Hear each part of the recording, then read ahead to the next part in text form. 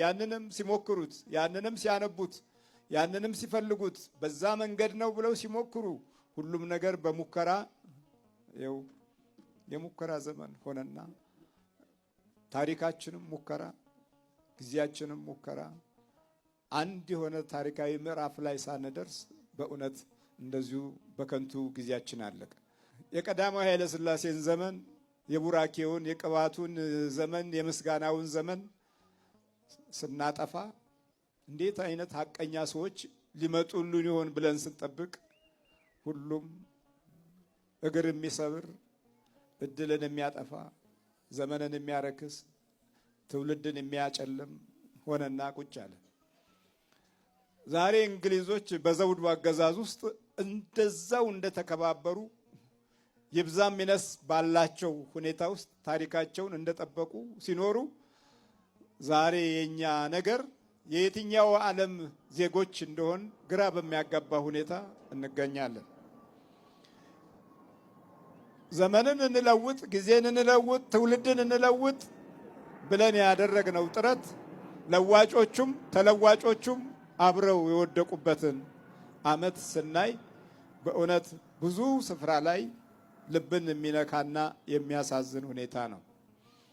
ይህ ሊሆን የሚችለው ደግሞ ትንሽ ከቀደሙ አባቶች በረከታቸውን፣ ቋንቋቸውን፣ መንፈሳዊ ተስፋቸውንና ራእያቸውን መመልከት የሚችል ሕሊና ላላቸው እንጂ አሁን ዝም ብሎ ለጋሸበው ትውልድ ይሄ ምንም አይደለም።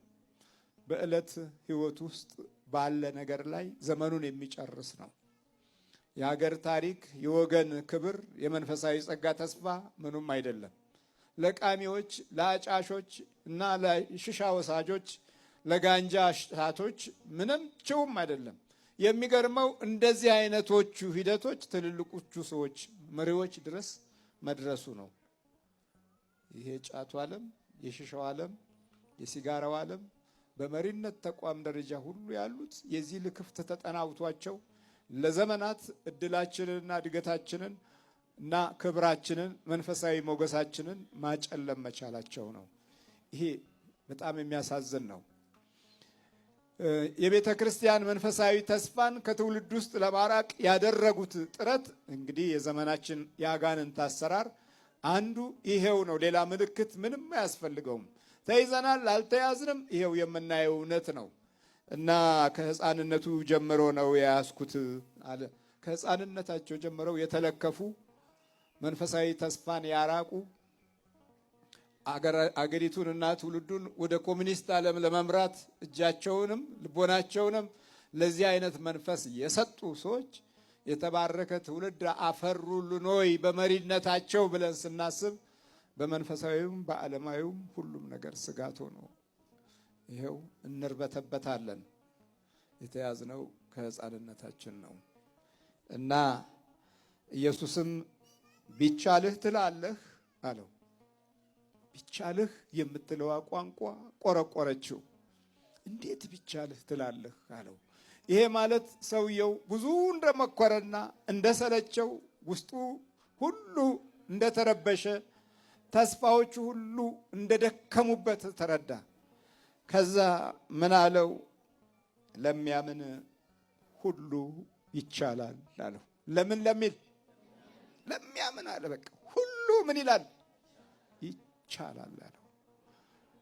በቃ እስቲ ይህን ዋጋ አድርጉት። ለሚያምን ሁሉ ይቻላል በሉ። ታዲያ ስንጀምር በእምነት አልጀመርንም እኮ። ይሄ እኮ ነው። እኔ ብዙ ጊዜ ተስፋ እንድቆርጥ ብዙ መከራ አይቻለሁ። ብዙ በግልጽ እናንተ የምታውቁትና ደግሞ እኔ ብቻዬን የማውቀዋለሁ። ብቻዬን ለብቻዬ ስታገለው የኖርኩት። አሁን እናንተ በግልጽ የምታውቁት መታሰሬን ይሄንን ነው። ከዛ በፊት ደግሞ አለ እንደው ብዙ ትግል ብዙ ግን ለሚያምን ምን ይላል? ሁሉ ይቻላል።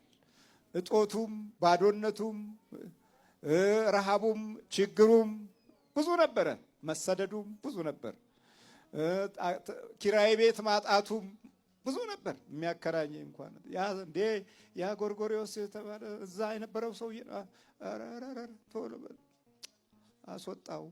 አንዳንዴ ገብቼ እወጣለሁ። እቃ ነገር የለኝም። የህዝቡን ችግር ስለማቅ እቃ አልነበረኝም። ስወጣ ብቻ ብድግ ብሎ መውጣት ነው። አያችሁ፣ መግቢያ መውጫው እንኳ ይከብድ ነበረ። መግቢያው መውጫው የሚገርም ነው። አሁን እናንተ እዚህ በእውነት እንደ ተማሪ ሆናችሁ ስትቀርቡ እና ሌላ ቦታ ላይ ቀደም ሲል በነበረ ሁኔታ በትራንስፖርት እንኳ ሲሄድ ፎቀቅ የሚሉ አሉ፣ መቀመጫ የሚለቁልኝ እርኩስ አድርገውኝ ማለት ነው። ግን ለሚያምን ምን ይላል? ሁሉ ይቻላል። ሞራር እንዲነካ ዲያብሎስና አሰራሩ በጣም ብዙ ነው የሄደው። ግን ለሚያምን እምነት በሚኖርበት ጊዜ ሰውን አናይም። የምናየው እግዚአብሔርን ኃይል ብቻ ይሆናል። ሌላው ሰውን ስጋዊ ቋንቋውን አንሰማም። ለሚያምን ሁሉ ስለሚቻል ወዲያውም የብላቴናው አባት ጮሆ አምናለሁ፣ ግን አምናለሁ እንደ ስጋ ስለምኖር እንደ ስጋም ስለሆንኩ መንፈሱም ብዙ ነው ስለጎዳኝ ያለማመኔን እርዳው። ያለማመኔን ምን በል? ዛሬም እንደዚህ ልንል ይገባል። ያለማመኔን እርዳው። ኢየሱስም ሕዝቡ እንደገና ሲወጥ አይቶ ርኩሱም መንፈስ ገሰጸና አንተ ዲዳ ደንቆሮም መንፈስ እኔ አዝሃለሁ፣ ከእርሱ ውጣ፣ እንግዲህም አትግባበት አለው። ጮሆም እጅግ አንፈራግጦት ወጣ። ብዙዎችም ሞተ እስኪሉ ድረስ እንደ ሙት ሆነ።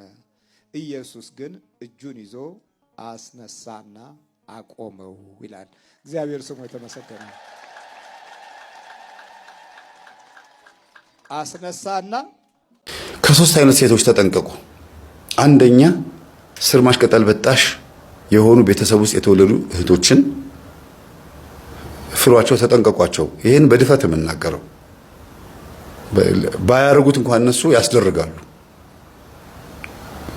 ሲቃወሙ ካልሰማችኋቸው የሚደግፉ ከሆነ በተለይ በጣም ከባዶች ናቸው። አንድ በሉ። ይሄን በድፍረት የምናገረው ለምን እንደዚህ ትላለህ ማሚ ፈለገ በሉ። መምህር እኔ እኮ እንደዚህ የቤተሰብ ቄስ ቢዘር ነኝ ምናምን እናንተን አይደለም ያልኩ ያለሁት። መንፈሳዊ ያልሆኑ በድብትርና አሰራር ደስተኞች ሆነው ያን ሐሳብ የሚደግፉትን ያልኩት እኔ። ሁለተኛ ቃልቻ አውሊያ ይሄ ዛር ምናምን የሚመለክበት ቤት ውስጥ ያደጉ እህቶች ከሆኑና በትክክል እንደዚህ አይነት ቤተሰብ ውስጥ አድገው መንፈሳዊ ካልሆኑ ቤተክርስቲያን የማይመጡ ከሆነ ኩል በመኳል የተለያየ ቤት ውስጥ ያለውን ሴሪሞኒ የሚደግፉና የሚሳተፉ ከሆኑ እነሱን መፍራት ነው።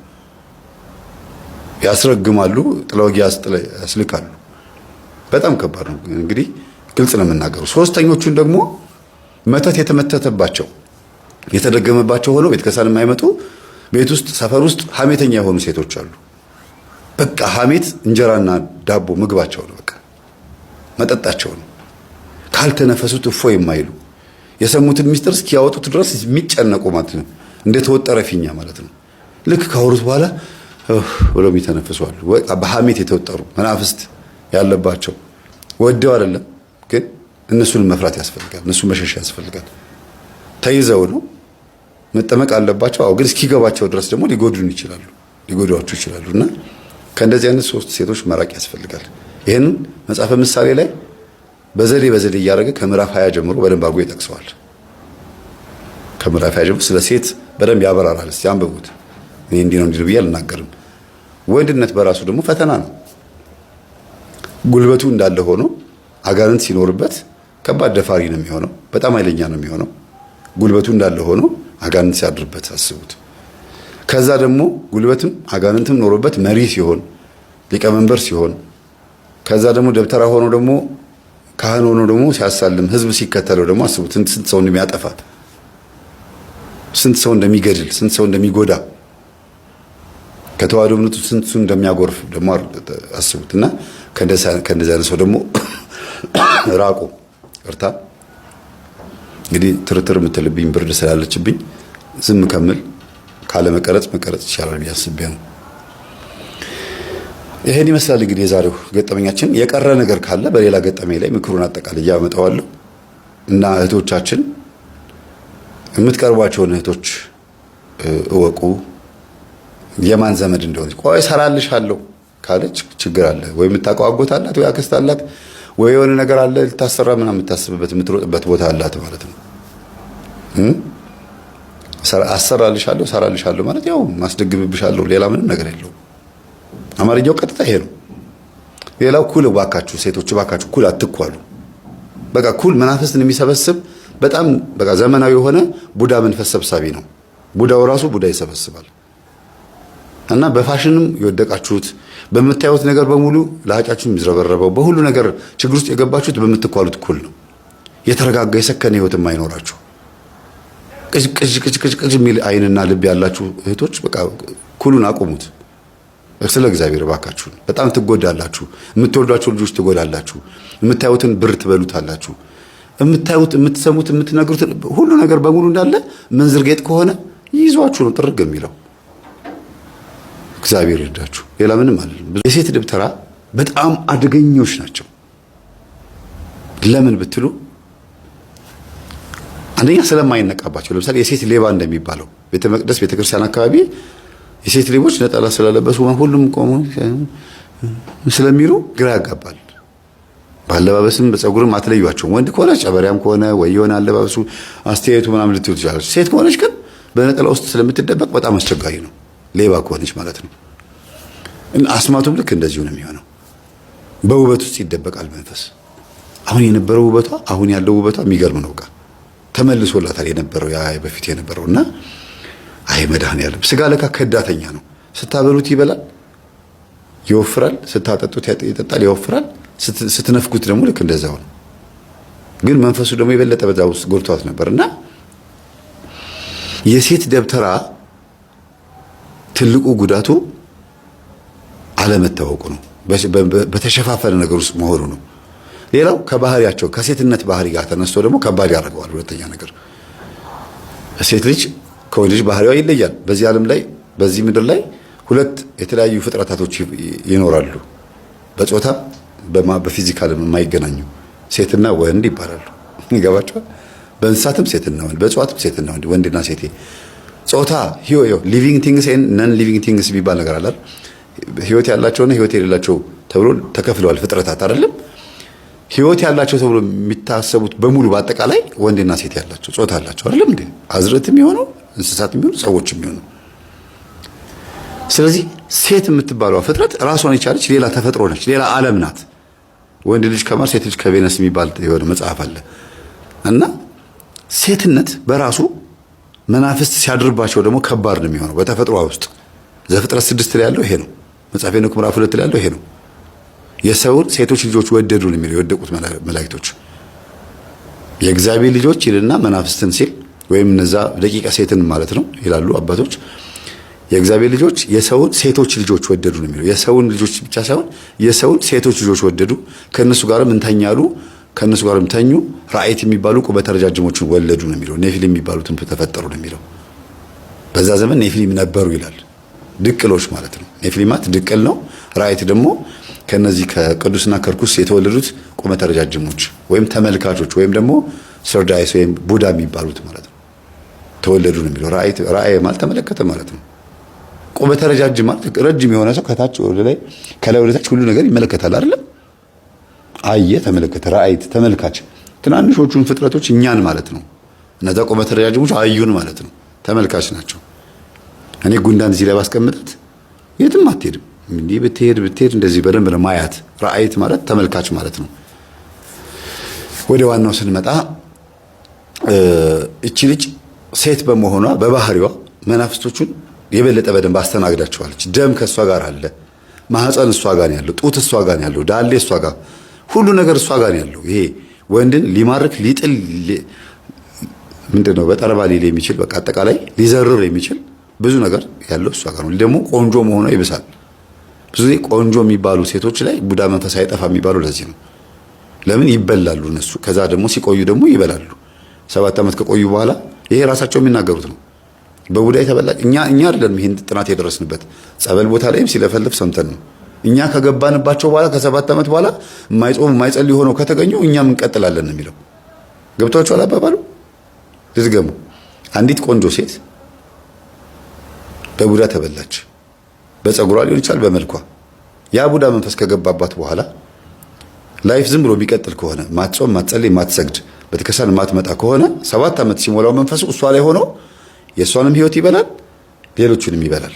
ያየውን ነገር ያበላሻል። መብላት ማለት እንደዚህ አይደለም፣ ያበላሻል። ለምሳሌ ዝገት ብረትን ይበላዋል። ብረቱን በላው እንላለን። ዝገት ከዛ አንቲረስት ይቀባል ብረቱን እንዳይበላው። አንቲረስት ማለት ዝገት መከላከያ ማለት ነው አይደለም? ልክ እንደዛ ሁሉ ዝገቱ ብረቱን እንደሚበላው ሁሉ ግን ደግሞ አንዳንድ ሆቴል ላይ ደግሞ አይታችሁ ከሆነ ሽንት ቤት የሽንት ቤት በሮችን አይታችኋል? ሆቴል ላይ ወይም የሰፈራችሁ ሽንት ቤቶች ከስር ሽንት ቤቱ ምን የሆነ ነው? በሩ ብረቱ የተበላ ነው አይደል? ከላይ አልተበለም፣ ከስር ነው። ለምን?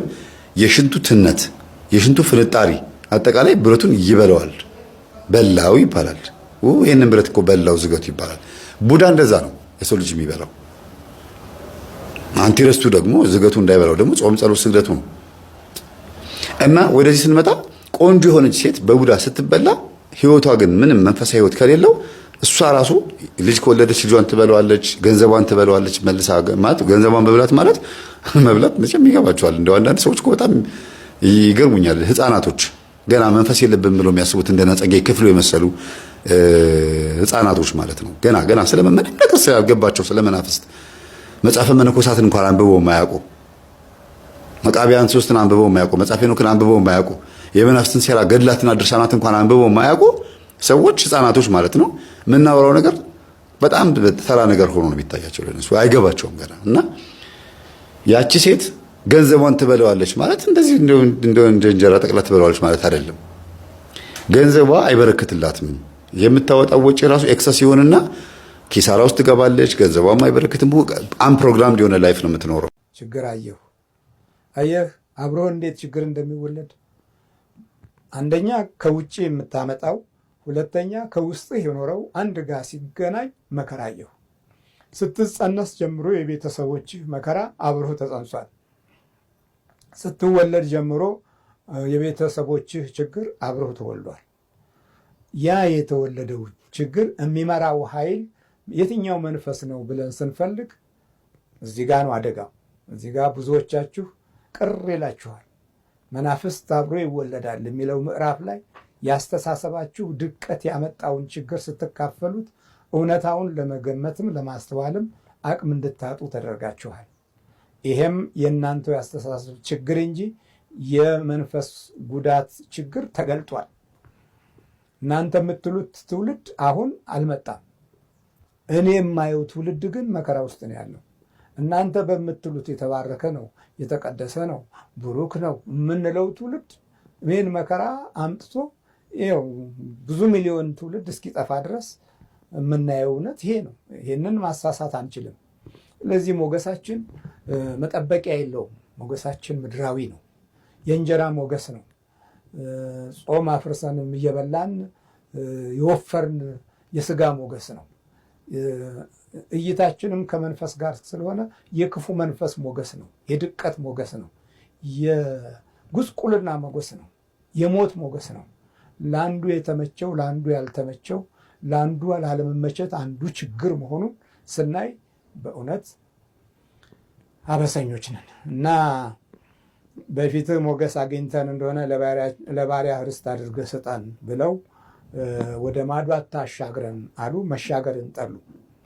ሙሴም እንግዲህ ሊናገር ነው። አድምጡት፣ እንደ አንድ መሪ የሚናገረውን ድምፅ አድምጡት። ሙሴም ለጋድና ለሮቤል ልጆች አላቸው፣ ወንድሞች ሆይ ወደ ጦርነት ወንድሞቻችሁ ሲሄዱ እናንተ በዚህ ትቀመጣላችሁን? አሳዛኝ ድምፅ ነው።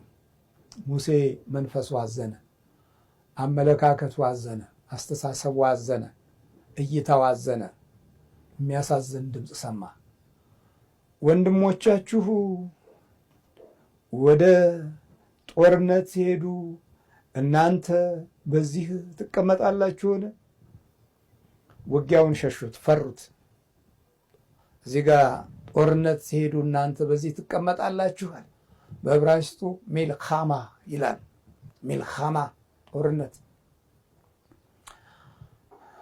መንፈሳዊ ጦርነትን እንፈራዋለን። ብዙ አባቶቻችን መንፈሳዊ ጦርነትን ስለሚፈሩ ከጾም፣ ከጸሎት፣ ከስግደት፣ ከአምልኮት፣ ከመንፈሳዊ መገዛት ስለሚፈሩት ትዕቢት፣ ኩራት፣ ድብርተኝነት፣ ወፎፈነት፣ ቀልደኝነት፣ ፌዘኝነት፣ አሉባልተኝነት እና ባዶ ኩፈሳዎች ጠንክረው በሚወጡበት ጊዜ መንፈሳዊ ጦርነትን ስለፈራን በትውልዳችን በእድሜያችን ልክ ያለውን ትውልድ የምናየው ከክፉ፣ ከውድቀት፣ ከችግር፣ ከመከራ ጋር ነው። ውድቀት አይሎ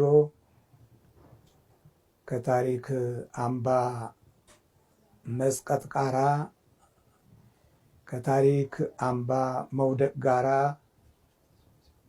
እጅግ ብዙ ተጎዳን። ጦርነት ፈርተን ነው። ከመናፍስት ጋር የሚደረገውን ትግል ፈርተን ነው። ጾምንም ጠልተን ነው። መንፈሳዊ አዋጆችንም ንቀን ነው። በእግዚአብሔር የሚመጡ መልእክቶችን ሁሉ አቃለን ነው። ስለዚህ በማርክሲስት ሌኒኒስት የተጠነጠንን ሀሳባችንን በባዕዳን መንፈስ አድርገን በክፉ ነገሮች ውስጥ ራሳችንን መልካም በሚመስል እይታ አስገብተን በእውን እየቃዠን የቆየንባቸው ዘመኖች ብዙ ናቸው። አብዮተኞችን ጨምሮ በዚች ምድር ላይ በትውልዳችን ላይ በታሪካችን ላይ ጉድፉን አብዝተን ባዕዳን ጠላቶቻችን ከተናገሩት በላይ እኛ ክፉ ተናግረን ባዕዳን ከጎዱን ታሪኮች በላይ እኛ ታሪኮቻችንን አጨንግፈን ሐሳቡንም መንፈሱንም አዋርደን መቆየታችን ያስከተለው ውጤት ፍቅር ማጣት፣ በረከትን ማጣት፣ ሰላምን ማጣት፣ ጽድቅንና ሞገስን ማጣት፣ ጸጋን ማጣት፣ በማጣት የተመታን የማጣት መቅሰፍት የወረደብን ነን። ስለዚህ ሞገሳችን በረሃ ነው፣ ሰማይ አይደለም። እና ሙሴ አዘነ፣ እንዲህም አለ፣ ምድሪቱን ይሰልሉ ዘንድ ከቃዴስ በርኔ በሰደድኋቸው ጊዜ አባቶቻችሁ እንዲህ አደረጉ አለና የቀድሞ ታሪክን አስታወሰ። የቀድሞውን ታሪክ የሚገርም ነው። በፊት ሰላዮች ልኬ በነበረበት ጊዜ ሰላዮቹ መጥተው የእግዚአብሔርን ክብር ረስተው ጠላቶቻችን ጉልበታቸው ጠንካራ ነው፣ ኃይላቸው ብርቱ ነው፣ ክንዳቸው የማይበገር ነው፣ መንፈሳቸውም ከባድ ነው፣ እጅግ በጣም ግዙፍ ኔፍሊምን አይተናል ብለው ተናግረው ነበረ። ከ12ቱ ሰላዮች 2ቱ ሰላዮች ብቻ ነበረ በጽናት የቆሙት፣ ኢያሱና ካሌብ። ሌሎቹ በስለላ ተልእኮ ሄደው የእግዚአብሔርን ሕዝብ ልብ፣ ሕይወት፣ ሐሳብ፣ አእምሮ አቀነጨሩት በአንድ ጊዜ እና ያንን አስታወሰና ሙሴ እንዲህ አለ፣ ምድሪቱን ይሰልሉ ዘንድ ከቃዴስ በርኔ በሰደድኋቸው ጊዜ አባቶቻችሁ እንዲህ አደረጉ አለ። እንዲህ ያደረጉት በረሃ ቀርተው በረሃ ሞተዋል። ሙሴ አለ፣ ትውልዳቸው ግን ደግሞ አሁን አለ። ያ ትውልዳቸው በሮቤል በኩል ያንን የቀደመውን እርግማን ሲያመጣ እናገኘዋለን። እንደ ውሃ የምትዋልል ነህ የሚለው አየህ፣ እንደ ውሃ የምትዋልል ነህ። እድሉ ላይ ያየው እይታ ዛሬም እዚህ በረሃው ላይ መጥቶ ሞገሳቸው ላይ ምድራዊ እንዲሆን አደረጉት። አባቶቻችን፣ አዋቂዎቻችን፣ ምሁሮቻችን፣ ነገዦቻችን ሀሳባቸው ምድራዊ ያደረጉና ከእግዚአብሔር ከጌታ አምላክ ተለዩ። የ60ው ዘመን አብዮተኞች እንዲሁ አይደለም ብቅ ያሉት። ከቤተሰባዊ መዋቅር ውስጥ ከጣዖት ጀርባ በተገኘ የክፉ መናፍስት ሴራ የተቃኙ ናቸው። መንፈሳቸው ውስጣቸው ያለው ክፉ ነው፣ ክህደት ነው። እግዚአብሔርን ሲክዱ አምላክ የለም ሲሉ አምላክ አለ ብለው በኖሩበት በአባቶቻችን ምድር ላይ አምላክ የለም የሚሉ ልጆች ሲተኩ አስቡት። ቤተ መቅደስን ሲዘጉ መንፈሳዊ ሀሳብና ምኞትን ሲያቀነጭሩ አስቡት። እኛም እንደዚህ የነበርን ስለሆነ በጠላቶቻችን ፊት በድል ለመቆም ያለን አቅም የደከመ ሆኖ መገኘቱ አለ ምክንያት አይደለም።